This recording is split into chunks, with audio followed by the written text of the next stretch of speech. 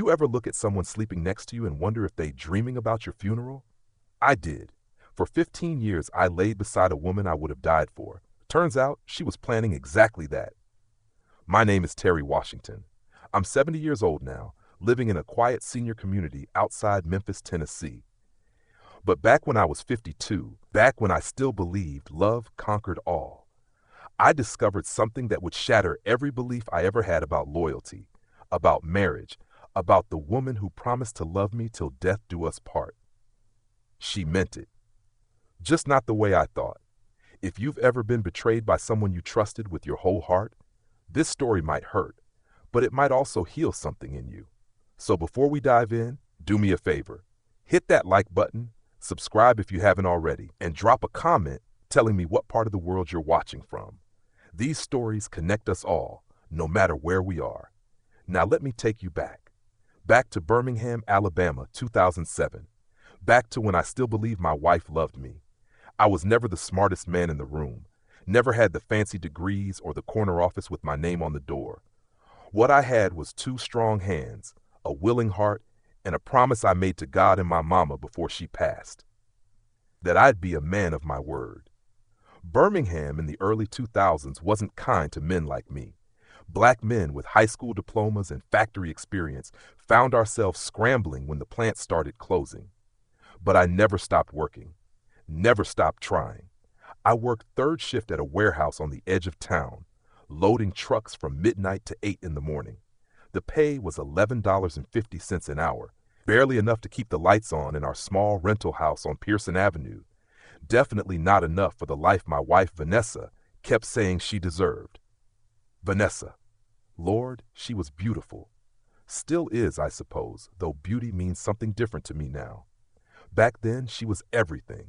Caramel skin that glowed in the summer sun, eyes that used to look at me like I hung the moon, a laugh that could make me forget I'd been awake for 20 hours straight.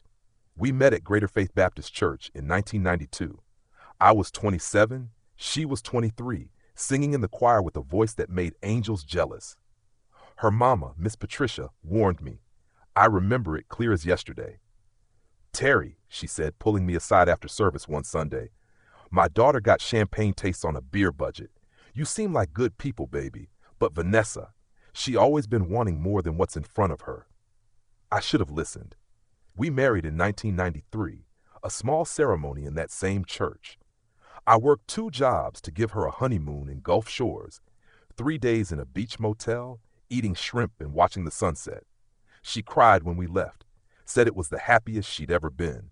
I spent the next 14 years trying to make her that happy again. By 2007, I was 52 years old and felt like 80. The warehouse job was killing my back. We didn't have kids. Vanessa said she wasn't ready, then said it was too late, then stopped talking about it altogether. Our house was a 2-bedroom rental with brown carpet and a kitchen sink that dripped no matter how many times I fixed it. But it was ours. And I kept believing that if I just worked a little harder, saved a little more, maybe bought her that bracelet she kept looking at in the mall window, maybe then she'd smile at me the way she used to. Terry, when you gonna do something with your life? She asked me one Tuesday morning in April. I'd just gotten home from my shift, exhausted, smelling like cardboard and diesel fuel.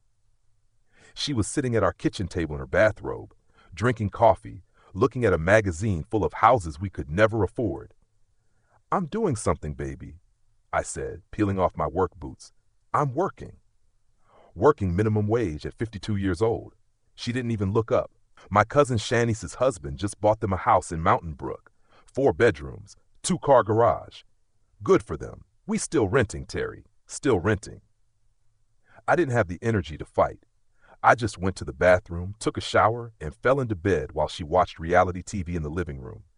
That's how most of our days went. Me working, her wishing, both of us pretending we were still in love. The truth is, I don't know when she stopped loving me. Maybe she never did. Maybe I was just the safe choice, the good man who'd never leave, never cheat, never stop trying. Maybe she looked at me and saw a life sentence instead of a soulmate. I had a friend at work named Marcus. Big dude, 58, been married 30 years to his high school sweetheart. He used to say, brother, appreciation is oxygen for a marriage. Without it, love suffocates. I didn't understand what he meant until it was too late. Then came June 2007, the phone call that changed everything. I was at work, stacking boxes in the receiving bay, when my supervisor told me I had a call in the office. Nobody ever called me at work. My heart jumped. Thought maybe something happened to Vanessa. Mr. Washington? A man's voice. Professional. Careful. My name is Robert Chin. I'm an attorney with Chin and Associates in Montgomery. I'm calling about your uncle, Earl Washington. Uncle Earl. I hadn't seen him in over 30 years. He was my daddy's brother, moved to Montgomery in the 70s to work for the railroad. Daddy always said Earl was smart, saved his money, never married, lived alone in a house he bought outright. What about him? I asked. I'm very sorry to inform you that Mr. Earl Washington passed away 3 weeks ago. Heart attack in his sleep, very peaceful. I felt something heavy in my chest. I barely knew the man, but he was family, blood, the last connection to my daddy's side. The funeral was last week, Mr. Chin continued. I apologize for the delay in reaching you. However, I need you to come to Montgomery as soon as possible. Your uncle named you in his will as his sole beneficiary. There are some matters we need to discuss regarding his estate. Estate. That word hung in the air like smoke. What kind of estate? I asked. It would be better to discuss this in person, Mr. Washington. Can you come to my office this Saturday? Say 10 a.m.? I agreed. Hung up. Stood there in that cramped office with the flickering fluorescent light, wondering what Uncle Earl could have possibly left me. Maybe some old furniture. Maybe his house needed clearing out. Maybe a few $1,000s if I was lucky. I went back to work. Didn't tell anyone, not even Marcus. When I got home that morning, Vanessa was still asleep.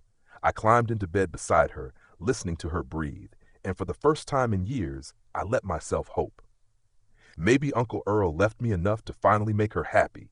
Maybe this was God answering prayers I'd stopped praying. Maybe everything was about to change. I had no idea how right I was. Saturday morning came wrapped in Alabama heat and humidity thick enough to chew. I borrowed Marcus's car, a '98 Honda with a broken AC and a passenger window that wouldn't roll up all the way. Vanessa didn't even ask where I was going. She was getting her nails done with her sister, Rochelle. The drive from Birmingham to Montgomery took 90 minutes. 90 minutes of hoping, praying, letting my mind wander to places it had no business going. What if Uncle Earl left me $50,000? Could pay off our debt, maybe put a down payment on a house. What if it was $100,000? Could quit the warehouse, take some classes, become something more than a 52-year-old man with nothing to show for 30 years of work. Chin and Associates was in a nice building downtown. Glass doors, cold AC, leather chairs in the waiting room. I felt out of place in my church clothes, the same Navy suit I'd worn to funerals and job interviews since 1998. Mr. Chin was younger than I expected, maybe 40, Asian man with kind eyes and a firm handshake. He led me to a conference room with a big wooden table and closed the door. Mr. Washington, thank you for coming. I'll get right to it. He opened a folder. Your uncle was a remarkable man, very disciplined. He worked for Alabama Railways for 42 years, never missed a day. He invested wisely, lived modestly, and passed away with no debt and no dependents. That sounds like Uncle Earl, I said, though truth was, I barely remembered him. His estate is quite substantial, Mr. Chin continued. The house in Montgomery fully paid off, currently valued at approximately $280,000. His investment portfolio and savings accounts total approximately $2.4 million. Life insurance policies worth another $350,000. Combined, your uncle's estate is valued at just over $3 million. The room tilted. I heard the words, understood them individually, but together they made no sense. I'm sorry, I said. Did you say 3 million? 3,047,000 and some change, yes. After estate taxes and legal fees, you should receive approximately $2.8 million. I couldn't breathe, couldn't think, couldn't process what this meant. Your uncle's only stipulation, Mr. Chin said, watching my face carefully, was that you use some of the funds to maintain his grave and donate $50,000 to the church he attended. The rest is yours to do with as you see fit. He slid papers across the table, explained things about probate and transfers and time frames. I heard maybe half of it. My hands were shaking, My heart was hammering. 52 years old, and God just reached down and changed my entire life. The process will take approximately 3 months, Mr. Chen said, but I wanted you to know immediately. Your life is about to change considerably, Mr. Washington. I'd advise you to take your time, consult with financial advisors, and think carefully about your future. I signed papers, shook his hand, walked out into the Montgomery heat in a complete daze. In the parking lot, I sat in Marcus's car and cried. Not sad tears, not happy tears exactly, just release. Every year of struggle, every night I came home too tired to eat, every time I watched Vanessa's face fall when I couldn't afford something she wanted, all of it poured out of me in that hot car with the busted AC. I called Marcus, told him everything. He shouted so loud I had to hold the phone away from my ear. Brother, brother, God is real. God is good. You hear me? This is your season, your season. I called my cousin Loretta in Atlanta. She cried with me. Then I started driving home, and all I could think about was Vanessa's face when I told her. How she'd scream, how she'd cry, how she'd throw her arms around me, and finally look at me the way she used to. How everything was going to be different now. How we could finally be happy. The drive home was the longest 90 minutes of my life. I practiced how I'd tell her, thought about what we'd do first, pay off the credit cards, buy a house, take that trip to Jamaica she always wanted, maybe adopt a child. It wasn't too late. Maybe this was God's way of giving us a fresh start. I pulled up to our house on Pearson Avenue at 4:30 p.m. Vanessa's car was in the driveway. Perfect. I wanted to tell her face to face, see her reaction, hold her when she realized we'd finally made it. I burst through the front door, grinning like a fool. Vanessa, baby, you're not going to believe. The house was quiet. Too quiet. Vanessa? Her purse was on the couch, her keys on the counter, but she wasn't in the living room, wasn't in the kitchen. Then I heard her voice, low, coming from our bedroom. I walked down the hallway, my good news still bubbling in my chest, pushed open the bedroom door. She wasn't there, but I could hear her, talking, her voice muffled like she was in the closet or the bathroom. Then I heard what she was saying, and my whole world stopped. I'm so tired of living like this, Marcus. I'm tired of pretending. Marcus? There were probably 100 men named Marcus in Birmingham, but my stomach dropped anyway. I stood frozen in the bedroom doorway, barely breathing. Her voice was coming from the bathroom. Door halfway closed. She didn't know I was home. No, he's at work, she said. He won't be home till tomorrow morning. We have all night. I should have walked away, should have announced myself, should have done anything except stand there like a statue, listening to my wife talk to another man. But I couldn't move. Baby, I can't keep doing this, she said, her voice dropping lower. Intimate. The way she used to talk to me. He's never going to change. We're going to be stuck in this raggedy house forever, struggling, while he breaks his back for $11 an hour. Silence while she listened.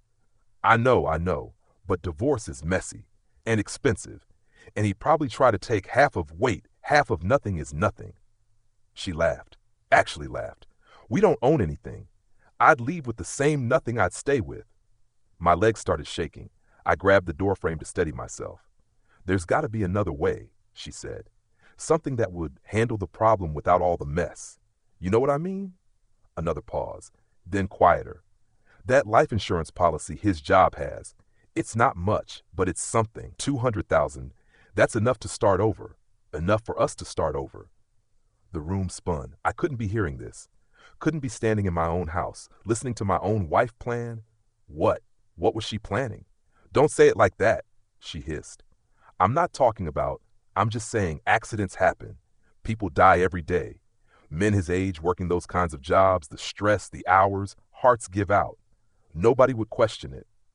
I backed out of the bedroom, moved silently down the hallway. My mind was screaming, my chest was tight, my hands were numb. I made it to the living room, stood there staring at nothing, trying to process what I just heard. My wife, Vanessa, the woman I'd loved for 15 years, was talking about me dying, about $200,000, about starting over with someone named Marcus. The bathroom door opened. Water ran. She was washing her hands, still talking. Okay, let me think about it. Give me a few days. I'll figure something out. I promise. I heard her say goodbye, heard the phone click. I had maybe 10 seconds before she came out. 10 seconds to decide if I was going to confront her or pretend I never heard. 10 seconds that felt like 10 years. I chose to pretend. When she walked into the living room, I was sitting on the couch, forcing my face into something that didn't look like pure horror. "Oh," she jumped. "Baby, I didn't hear you come in. What are you doing home? You're not supposed to be." "They let me off early," I said. My voice sounded wrong, distant. "Slow day." She studied my face. I could see her calculating, wondering if I'd heard anything. "You look pale." "Just tired," I said. "Gonna take a nap." I got up, walked past her, felt her eyes on my back, went into the bedroom, closed the door, and sat on the edge of the bed with my head in my hands. $3 million. My wife wanting me dead for $200,000. God had just handed me everything I'd ever prayed for, and the devil showed me I had nothing at all. I didn't sleep. Couldn't. Just laid there in the dark, listening to her move around the house, thinking about every choice I'd ever made that led to this moment. By the time the sun came up, I knew 3 things for certain. 1, I couldn't tell her about the inheritance. Not yet. Not until I knew what she was really planning.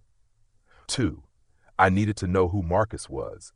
And 3, I had to find out if the woman I loved was actually trying to kill me, or if I was losing my mind and hearing things that weren't there.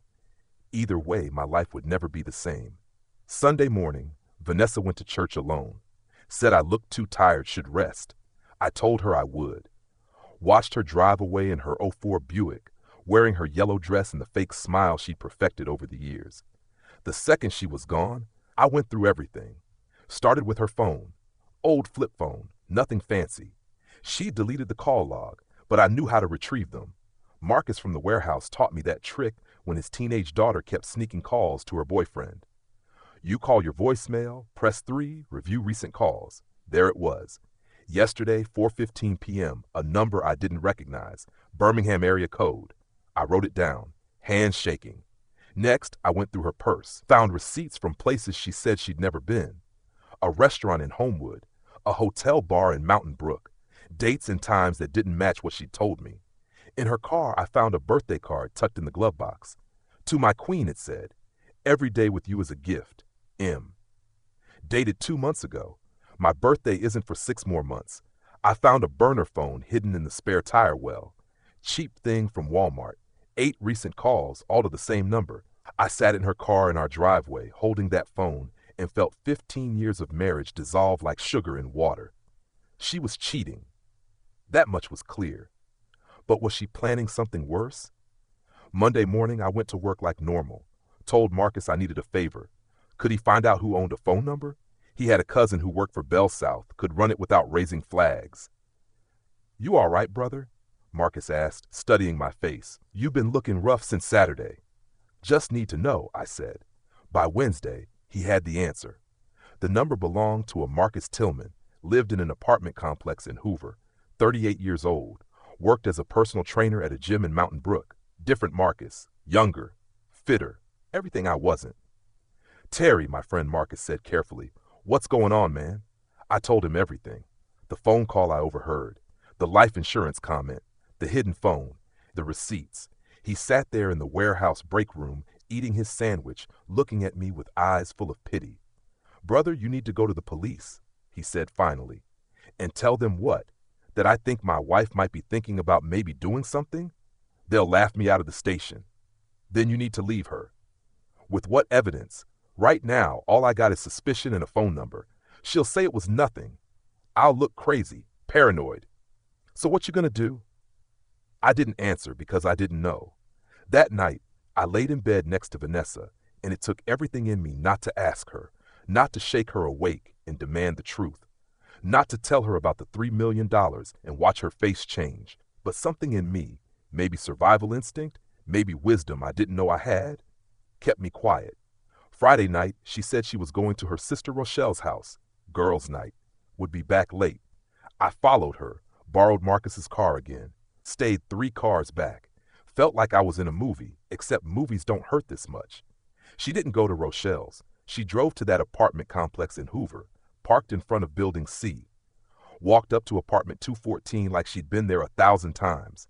A man opened the door, younger than me, taller, built like the personal trainer he was. He smiled when he saw her, pulled her inside. I sat in that parking lot for 3 hours. When she came out, her hair was different. Her lipstick was gone. She was laughing at something he said. He kissed her at the door, long, deep, the way I used to kiss her.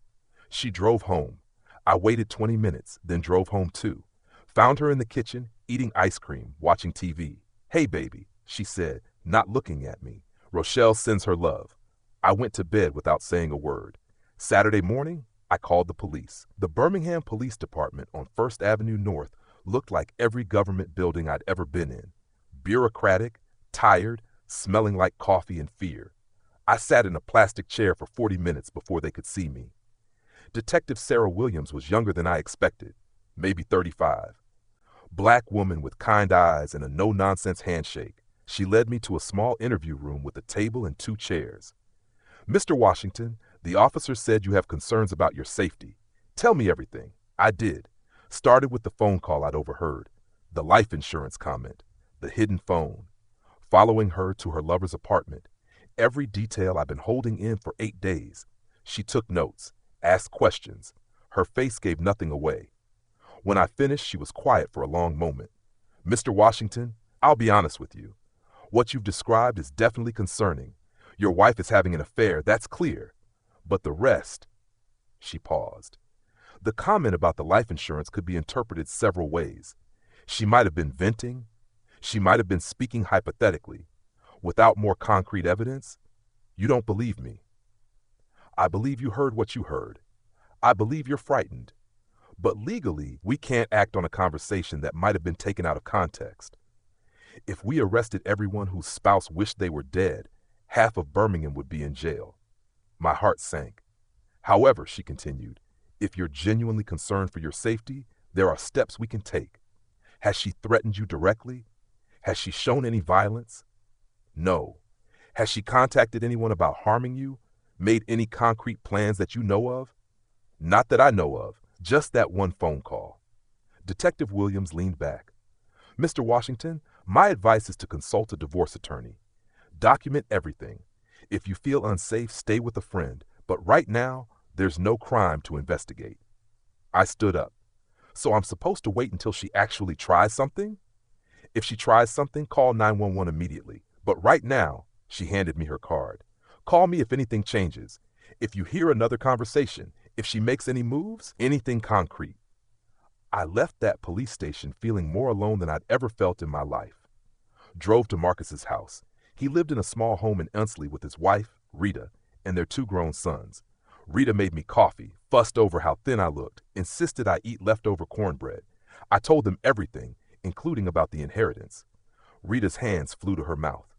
"Terry, baby, you sitting on $3 million and a wife who wants you dead?" "I don't know what to do," I said. "Police won't help without evidence. If I tell Vanessa about the money now, she might do something stupid. If I don't tell her, I'm lying. If I file for divorce, I look guilty of hiding assets. I'm trapped." Marcus was quiet for a long time. Then, "Give her rope." "What?" "Give her enough rope to hang herself. If she's really planning something, she'll make a move eventually.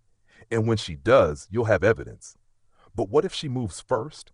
What if—" "Then you don't give her the opportunity." Rita's voice was firm. "You don't eat or drink anything she gives you. You don't get in the car if she's driving. You be smart, Terry. Be vigilant." "Can't live like that," I said. "Only have to live like that until you know for sure," Marcus said. "Then you make your choice. Divorce her and walk away, or get evidence and send her away." I went home that night with a plan forming. Not a good plan. Not even a safe plan, but a plan. If Vanessa was going to make a move, I needed to know. And the only way to know for sure was to give her a reason. Monday morning, I called Mr. Chen's office. Asked if I could come in. Had some questions about the inheritance. We met Tuesday. I told him everything. He listened without interrupting. When I finished, he leaned forward. "Mr. Washington, I'm going to tell you something as a lawyer and as someone who's seen this exact scenario play out before. The moment money enters a troubled marriage, people do things they never thought themselves capable of." "So what do I do?" "First, we protect the inheritance. The probate isn't finalized yet, so legally you don't have the money yet. Your wife doesn't need to know about it, until the divorce is final if you choose to divorce. And if I don't, then you're taking a considerable risk. He pulled out paperwork. I'm going to recommend you sign a few documents. Power of attorney for your finances. A will that specifies where the money goes if something happens to you. And I'm going to strongly advise you speak with Detective Williams again. She said she can't help without evidence. Then let's get evidence. Mr. Chen picked up his phone. I know someone who might be able to help. That's when everything changed. That's when I learned there's a whole world of people who investigate things the police won't touch. And that's when I met the man who would help me discover if my wife was just a cheater or something much, much worse. His name was David Knox. Private investigator. Former cop. Ran his business out of a small office above a pawn shop on 3rd Avenue West. Cost $150 an hour plus expenses, which I paid from the little bit of savings I had left. He was a white man, maybe 60, with gray hair and eyes that had seen too much. First thing he said when we sat down, Mr. Best Washington, in my 20 years doing this work, I've investigated 43 cases like yours. In 31 of them, the spouse was just venting. In 12, they were serious. How do you know which is which? We watch, we listen, we wait for them to take the next step. He pulled out a folder. I've already run a background check on Marcus Tillman and your wife. Tillman's got 2 priors, assault from a bar fight in 2003 and fraud charges that got dropped in 2005. Your wife's clean except for a bankruptcy she filed in 2001 before you married her. I didn't know about the bankruptcy. Here's what I propose, Knox said. We wire your house. Audio only. Legal, because it's your house and incons. We monitor her calls, her conversations. If she's planning something, she'll slip up. People always do. And if she doesn't, then you know she's just an unfaithful wife, not a dangerous one. Either way, you get your answer. It took 3 days to set up. Knox's tech guy installed tiny microphones in the bedroom, living room, and kitchen, so small I couldn't see them even when I knew where they were. Everything recorded to a cloud server I could access from any computer. Don't change your routine, Knox warned. Act normal. Go to work. Come home. Be the same Terry you've always been. Let her think everything's fine. So that's what I did. For 2 weeks, I worked my shifts, came home, ate dinner with a woman who was sleeping with another man, kissed her goodnight, laid beside her in the dark, listened to her breathe and wondered if I'd wake up.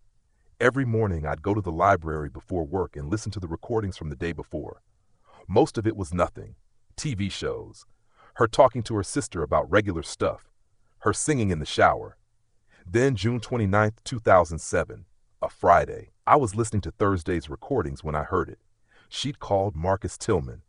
2:30 in the afternoon while I was at work. Baby, I've been thinking, her voice said. We can't keep waiting. We're not getting any younger. I know, Tillman's voice. Smooth, confident. But these things take time. Time we don't have. He could live another 30 years, Marcus. I can't do this for 30 more years. So what are you suggesting? Silence. Long enough that I thought the recording had cut out. Then, what if he had an accident? My blood went cold. Vanessa, I'm serious. Accidents happen every day. He works in a warehouse, heavy machinery, loading docks. One wrong step. You're talking crazy. Am I? We split the insurance money, $200,000. That's $100 each, enough to start over somewhere new, enough to finally live. And how exactly do you think this accident happens? Another pause. I don't know. Maybe someone helps it happen. I sat in that library, headphones on, hands shaking, listening to my wife plot my murder. You mean hire someone, Tillman said. I mean find someone who needs money bad enough to not ask questions. Jesus, Vanessa, you're talking about murder. I'm talking about freedom. I'm talking about us. Don't you want that? Not like this. Then how? Tell me how we're supposed to be together when I'm trapped in this miserable life. They argued for 20 more minutes. He kept saying no. She kept pushing. Finally, he hung up. I sat there shaking, crying, trying not to throw up. I had my evidence. My wife wasn't just thinking about it. She was planning it. I called Knox. He listened to the recording. Mr. Washington, you need to call Detective Williams. Now, this is enough for them to act. I called her. She told me to come in immediately. This time, when I sat across from her in that interview room, her face was different, harder, focused. Mr. Washington, this changes things. She's clearly conspiring to commit murder. We can arrest her." But she paused. "If we arrest her now, based on this conversation, a defense attorney might argue she never intended to follow through. It's conspiracy, definitely, but she'd probably get a lighter sentence. Maybe even probation if she has a good lawyer." So what do? We let her take the next step. We give her the opportunity, and we control it. "I don't understand." Detective Williams leaned forward. "Mr. Washington, how would you feel about helping us set up a sting operation?" They called it a reverse sting operation. Basically, you give the criminal exactly what they're looking for, right? Except every piece is controlled by the police. Detective Williams explained it in that small interview room with Knox, me, her partner Detective Rodriguez, and an assistant district attorney named Jennifer Harris. "Here's how it'll work," Williams said. "We'll have an undercover officer pose as a hitman. He'll approach your wife, offer his services. If she bites, we get it all on video. Her agreeing to the hit, handing over money, all of it. Solid evidence that'll hold up in any court."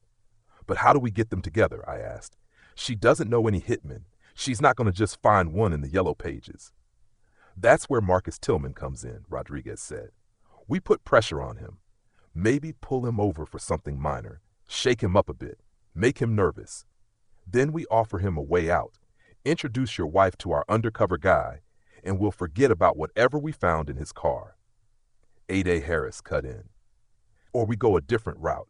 We have a CI, a confidential informant, who runs in the same circles as Tillman, used to work at the same gym.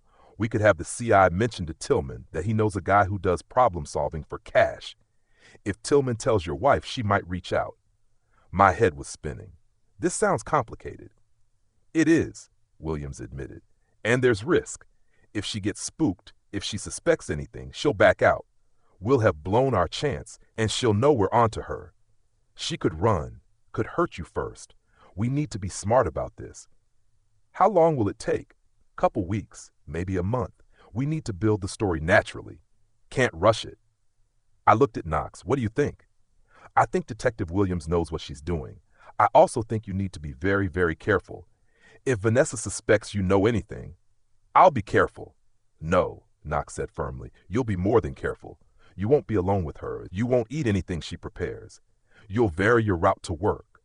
You'll tell someone where you are at all times. You'll treat every moment like she's one step away from doing something desperate." They all looked at me, waiting. I thought about 15 years of marriage. Thought about the woman I fell in love with at Greater Faith Baptist Church. Thought about honeymoons and promises and all the ways love dies quietly when you're not paying attention. Then I thought about her voice on that recording. Cold, calculated, talking about my death like it was a chore on a to-do list. "Let's do it," I said. The next 2 weeks were the longest of my life. At home, I played the role of oblivious husband. Went to work, came home, watched TV, went to bed. Vanessa acted normal too. Sweet, even. Made my favorite dinner, meatloaf with mashed potatoes. I ate it after I watched her make it, after I saw every ingredient go in. Still barely could swallow. Behind the scenes, the police worked their magic. They sent the CI, a guy named Dante who used to train at Tillman's gym, to casually mention to Tillman that he had a cousin who handled problems for people with money. Discreet, professional, no questions asked. It took 3 conversations before Tillman bit. "What kind of problems?" Tillman asked, according to the wire Dante was wearing. "The kind that people pay good money to make disappear." Dante said, "Why? You know somebody." Tillman was quiet for a long moment. "Then maybe, if your cousin's legit, he's worked for some heavy people, but he ain't cheap. How much we talking?" "Depends on the job. 50 grand for something simple." I was listening to all this in Detective Williams's office, watching her face as the plan came together. "He's interested," she said. "Now we wait for him to tell your wife." He did, that night. I heard it on the recordings. "Baby, I might have found someone," Tillman said. "Someone for what?" "For your problem." Vanessa's voice changed. "Careful. What are you talking about?" "A guy. My friend Dante knows him. Says he handles things for people. Discreet. Long silence. How much?" 50,000. 50? Vanessa laughed, but it wasn't a happy sound. "Baby, where am I going to get $50,000? We're talking about a $200,000 payout. 50 would be a quarter of it." It's either that or we keep waiting. Let me think about it.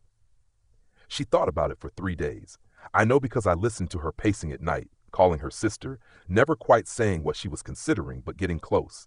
Finally, on July 14th, she called Tillman back. Set up the meeting, she said. I'll find the money. Detective Williams looked at me.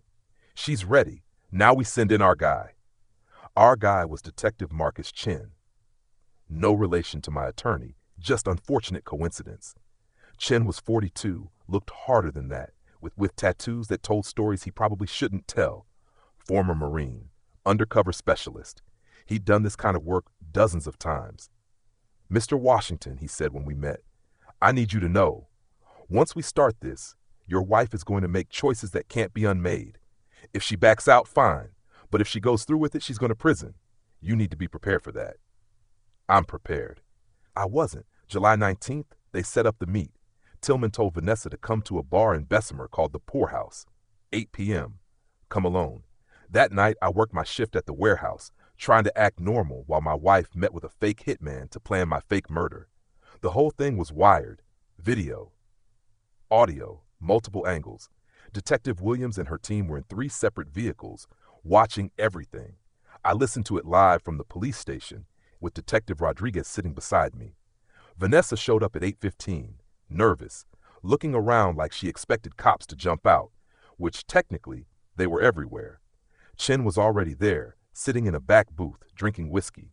He looked dangerous, looked like exactly the kind of man who'd kill someone for money. You, Vanessa?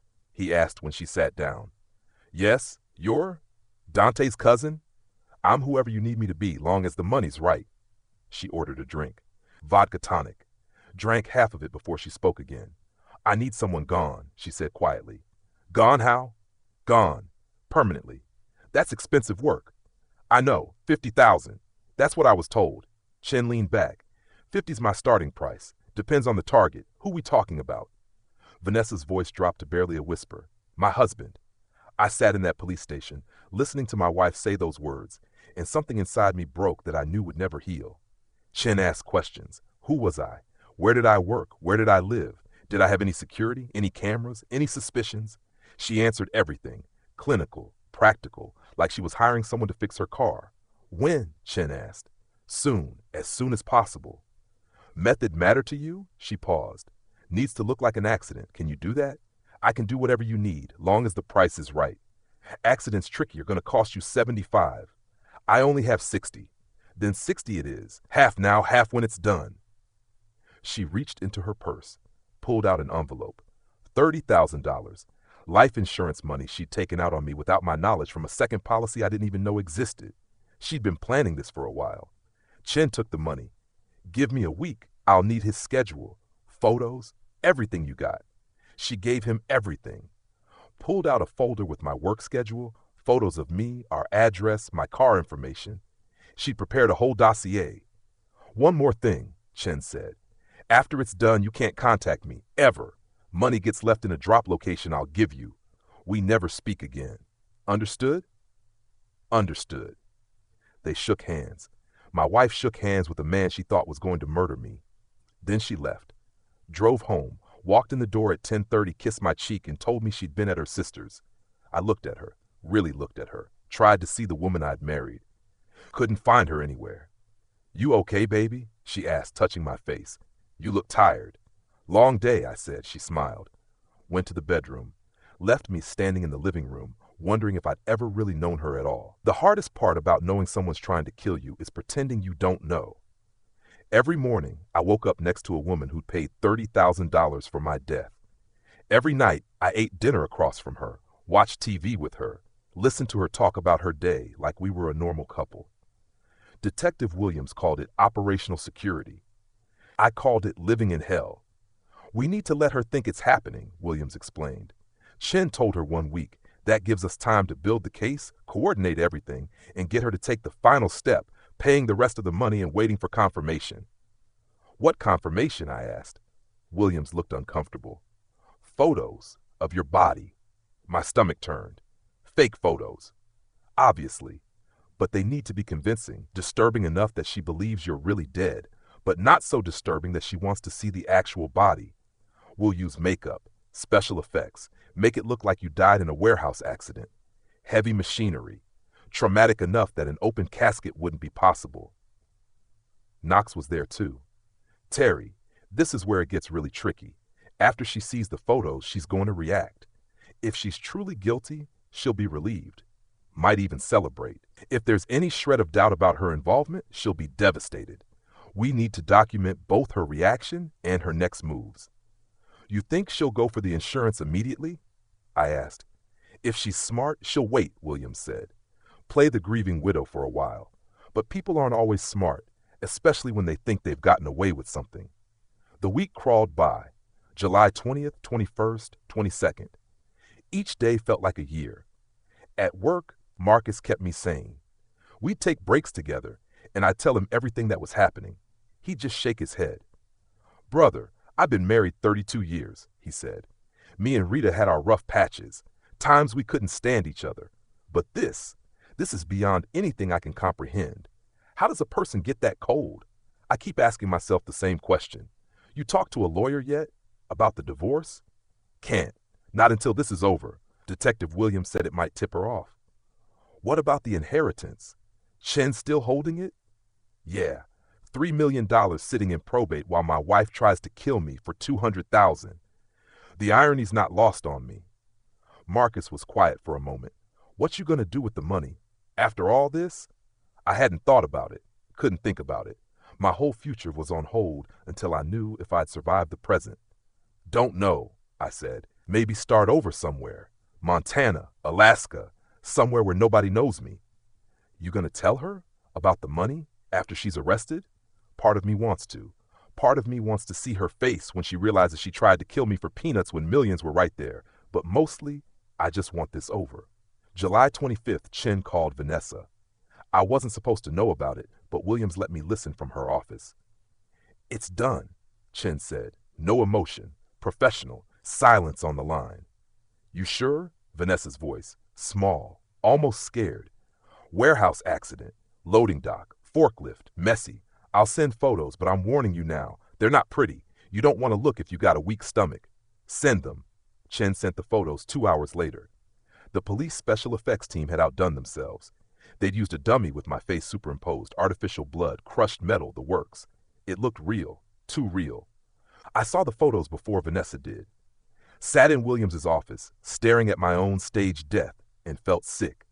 She's accessing her email right now, Rodriguez said, monitoring her computer remotely through spyware Knox's team had installed. She's opening the photos. We waited, watching the tracking software, monitoring her house through the hidden cameras. Vanessa looked at those photos for less than 10 seconds. Then she closed her laptop, walked to the kitchen, and poured herself a glass of wine. No tears, no crying, no grief. She called Marcus Tillman. It's done, she said. Her voice was steady, almost happy. He's gone. Jesus, Vanessa, are you serious? I'm serious. The guy sent photos. It worked. Oh God. Oh God, what did we do? We freed ourselves. That's what we did. I don't know if I can. You can. You will. Just stick to the plan. Act normal. Don't change anything. In a few days, I'll get the call about the accident. I'll play the devastated wife. Then we wait for the insurance money and we disappear. Together. Tillman was crying. Actually crying. I didn't think you'd really do it. Well, I did, and now we get to live. She hung up, drank her wine, turned on the TV. My wife had just seen photos of my death, and she was watching game shows. I left the police station and threw up in the parking lot. They let her stew for 3 days. 3 days of her going through the motions of normal life while thinking I was dead and chopped up in some warehouse. I stayed with Marcus and Rita, hiding out like a fugitive in my own city. Couldn't go anywhere. Couldn't be seen. If Vanessa or Tillman spotted me, the whole case would collapse. On July 28th, the Birmingham police called Vanessa at work. She was a part-time receptionist at a dentist's office, had been for 6 years, one of the few jobs she'd stuck with. Mrs. Washington? This is Officer James Miller with the Birmingham Police Department. I'm afraid I have some bad news. There's been an accident at your husband's workplace. Could you come down to the station? According to Williams, who was sitting right there, Vanessa's reaction was perfect. What? What happened? Is he okay? Ma'am, I'd rather discuss this in person. Can you come to the station on First Avenue? I'm coming right now. She showed up 45 minutes later. The police had me in a back room with Rodriguez, watching through a one-way mirror as Vanessa sat in an interview room with Williams and Officer Miller. Mrs. Washington, I'm very sorry to tell you this. Your husband was involved in a fatal accident at the warehouse where he worked, a forklift malfunction. He was killed instantly. Vanessa broke down, or appeared to, crying, shaking, asking questions that seemed genuine if you didn't know she'd already seen the photos 3 days earlier. Where is he? Can I see him? Oh God, Terry, my Terry. I'm afraid that's not possible right now. The accident was severe. The medical examiner is still processing the scene. It'll be a few days before remains can be released for funeral arrangements. Vanessa cried harder. Williams handed her tissues, played the sympathetic detective perfectly. Mrs. Washington, I know this is a terrible time, but I need to ask you a few questions. Just routine. When was the last time you spoke with your husband? This morning, before he left for work. He kissed me goodbye. He always kissed me goodbye. And how was your marriage? Any problems? Financial stress? Arguments? No, we struggled sometimes. Money was tight, but we were happy. We were good. Did your husband have any enemies? Anyone who might want to hurt him? Enemies? Terry? No, everyone loved Terry. He was the kindest man I ever met. I stood behind that mirror listening to her lie and realized I'd never really known her at all. Williams asked a few more questions. Gentle, non-threatening, building rapport. Finally, Mrs. Washington, did your husband have life insurance? Vanessa's tears stopped for just a second. Just a flicker. Yes, through his work. I think it was around $200,000. Why? Just routine questions. You'll need to file a claim once the death certificate is issued. I can give you the information for victim services. They'll help you with all the paperwork. Thank you. Can I go? I need to call his family, his friends. I need to plan a funeral. Of course. Just one more thing. Williams stood up. Could you wait here for just a moment? I need to grab some paperwork. Williams left. Vanessa sat alone in the room, being recorded from multiple angles. She didn't cry, didn't break down. She pulled out her phone, checked her messages, checked the time. Then she smiled, just a little smile. The kind of smile someone makes when they think they're alone and something good just happened. That smile sealed her fate. Williams came back, but this time she wasn't alone. She had Rodriguez, 2 uniformed officers, and Detective Marcus Chin, the fake hitman. Mrs. Washington, Williams said, her voice different now, harder. I need you to stand up and place your hands behind your back. Vanessa's face went white. What? Why? What's happening? Vanessa Washington, you're under arrest for conspiracy to commit murder and solicitation of murder. You have the right to remain silent. What are you talking about? My husband just died. No, he didn't. Williams nodded to the door. I walked in. The look on Vanessa's face, I'll never forget it. Shock, horror, confusion, fear, and underneath it all, just for a second, rage. Terry? Her voice broke. But alive. And I heard everything, Vanessa. Every phone call, every plan, every lie. I don't know what you're talking about. I would never. Chin stepped forward. We met at the poorhouse on July 19th. You paid me $30,000 to kill your husband. You gave me his schedule, his photos, everything I needed. Ring any bells? Vanessa's legs gave out. The officers caught her before she hit the floor. They cuffed her, read her rights, led her out of that room while she screamed that it was all a mistake, all a misunderstanding. I had to listen to her. Please, Terry, please. I watched them take her away and felt nothing. Not relief, not satisfaction, not even anger anymore. Just emptiness. Williams put a hand on my shoulder. You did good, Mr. Washington. You did the right thing. Doesn't feel like it. It will, eventually. I wasn't so sure. They arrested Marcus Tillman an hour later, charged him as an accessory. He confessed immediately, cried through the whole thing, said he never thought she'd actually do it. The ADA offered him a deal. Testify against Vanessa, get 5 years instead of 20. He took it. Vanessa's trial was set for October. Her lawyer tried to make deals, tried to claim I'd set her up, tried to argue entrapment. But the evidence was overwhelming. Video of her hiring the hitman, audio of her planning my death, photos of her smiling when she thought I was dead. She took a plea deal in September, 25 years, eligible for parole after 15. I didn't go to the sentencing. Couldn't. Didn't want to see her face again. Instead, I sat in Mr. Chen's office and signed the papers that transferred $3 million into my name. "What will you do now?" he asked. "I don't know," I said. "Start over, I guess." "That's a lot of money to start over with." "Yeah. Should have been enough to save a marriage. Turned out some things money can't fix." I left his office, drove to Marcus and Rita's house, and finally let myself breathe. 18 years have passed since that summer. I'm 70 years old now, living in a retirement community in Chattanooga, Tennessee. Small place, quiet, nothing fancy. Got a garden where I grow tomatoes. Got friends who play checkers on Tuesday nights. Got a life that's simple and peaceful in mind. The money's still there. Most of it anyway. I gave $1 million to charity. Split it between the church where I married Vanessa, the children's hospital, and a scholarship fund for kids who can't afford college. Figured Uncle Earl would have approved. Used some of it to help Marcus and Rita when Rita got sick a few years back. Paid for her treatment, kept them from losing their house. Marcus cried when I told him. Said he didn't deserve it. I told him family isn't about deserving. It's about showing up. I never remarried. Dated a woman named Helen for a while. Nice lady, worked at the library, made the best peach cobbler I ever tasted. But I couldn't get past the fear, couldn't trust again, couldn't let someone that close. She understood, said I was a good man with a broken heart, and time might heal it. Time might not. Either way, I was worth knowing. I still think about Vanessa sometimes. Wonder how she's doing in prison.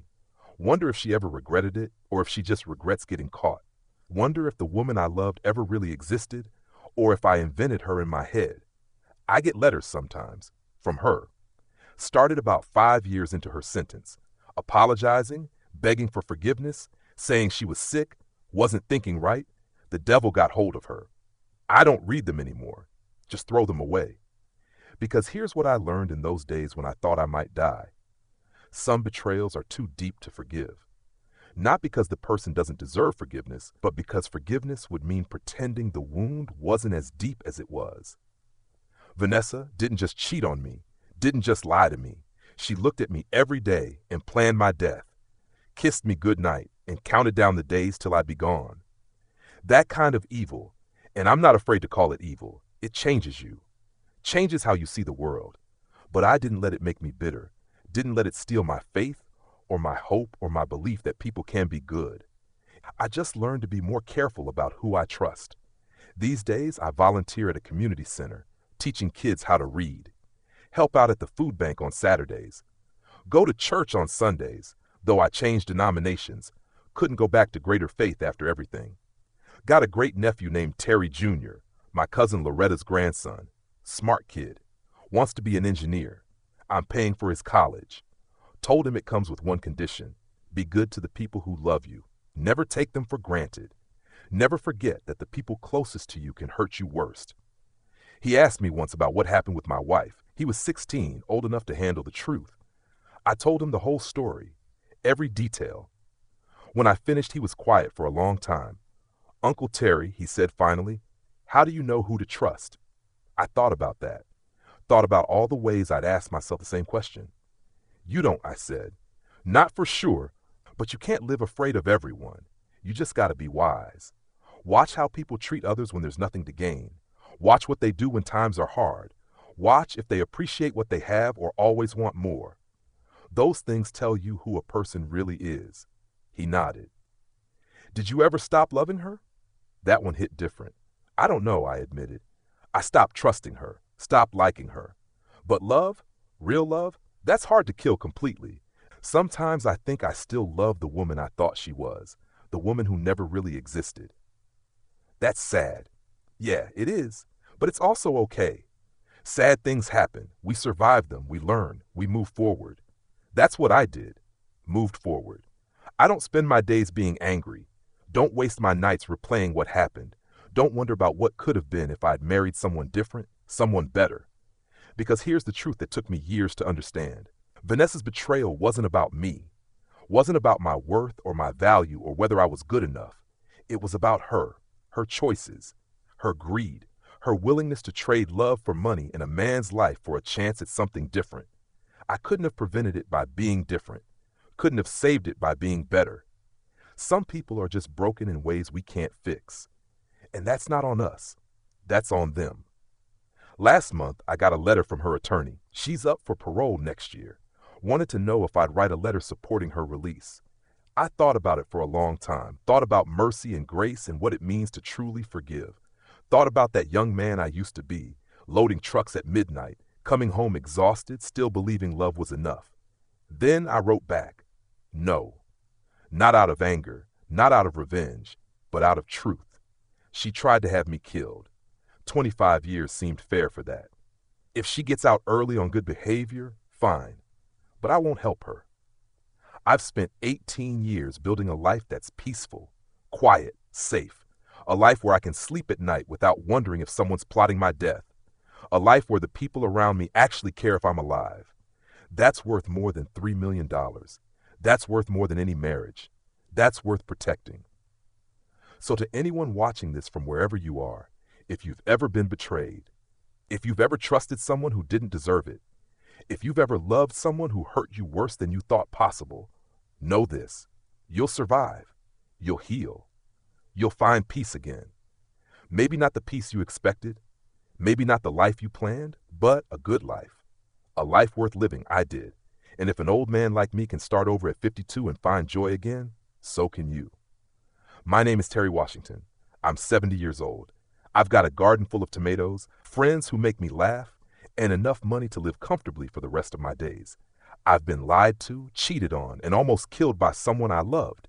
And I'm still here, still breathing, still growing, still believing that tomorrow might be beautiful. That's not just surviving, that's victory. And it's sweeter than any revenge could ever be. If you enjoyed my story, please like this video, subscribe to the channel, and drop a comment telling me where in the world you're watching from. These stories connect all of us.